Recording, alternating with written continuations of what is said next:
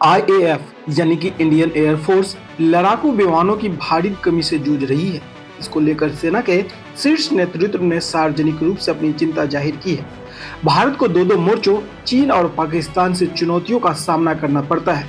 ऐसे में भारत के सामने सबसे बड़ा प्रश्न यही है कि इस कमी को कैसे दूर किया जाए। पिछले कुछ सालों में देखा जाए तो भारत विदेशी कंपनियों से फाइटर जेट खरीदना नहीं चाहता है, लेकिन दूसरी तरफ देसी कंपनी यानी HAL एयरफोर्स की जरूरत पूरा करने में अभी तक सक्षम साबित नहीं हुई है। वह करीब 40 साल से तेजस फाइटर जेट बना रही है, लेकिन अब तक 40 फाइटर जेट्स की डिलीवरी नहीं कर पाई है।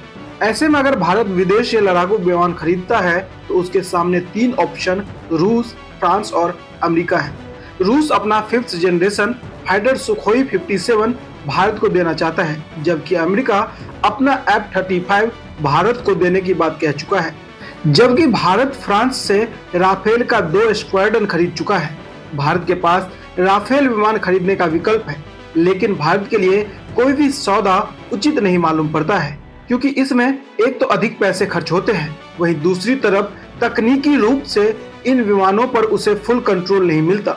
जैसे सोर्स कोड और विमानों को अपग्रेड करने को लेकर भविष्य में विवाद की आशंका रहती है। साथ ही राफेल 4.5 जनरेशन के विमान हैं और ये भी काफी महंगे हैं। वहीं बात रूसी सुखोई 57 की करें तो उसके परफॉर्मेंस पर सवाल उठते रहे हैं। वहीं अमेरिकी F-35 बहुत ही ज्यादा महंगा है, साथ ही उसके भी परफॉर्मेंस पर सवाल उठते रहे हैं। अब सवाल यह कि ऐसी स्थिति में भारत क्या करेगा। तो बता दें कि अमेरिकी लॉकहीड मार्टिन कंपनी ने भारत के लिए एक और जेट का विकल्प दिया है। लॉकहीड मार्टिन अमेरिका की फाइटर जेट बनाने वाली दिग्गज कंपनी है। इसी ने F-35 बनाया है। उसके F सीरीज के फाइटर जेट दुनिया के दसियों देशों के पास है। इसी कंपनी के F-16 विमान पाकिस्तान के पास है। लॉकहीड मार्टिन ने भारत को F-35 के छोटे भाई यानी कि F-21 विमान देने का प्रस्ताव दिया है। कंपनी के CEO जिम टेकलेट ने कहा कि भारत F-35 की जगह F-21 खरीद सकता है। इस विमान को भारत की जरूरतों के हिसाब से बनाया गया है। बता दें कि F-21 लॉकहीड मार्टिन का 4.5वीं पीढ़ी का लड़ाकू विमान है, जो F-16 का उन्नत रूप है। इसे विशेष रूप से भारत की जरूरतों के लिए बनाया गया है और इसे भारत में मेक इन इंडिया के तहत टाटा समूह के साथ मिलकर बनाया जा सकता है।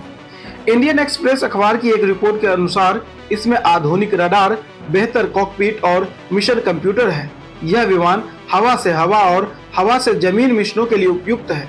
इसकी कीमत करीब $100 मिलियन यानी कि करीब 850 करोड़ रुपए प्रति जेट पड़ सकता है।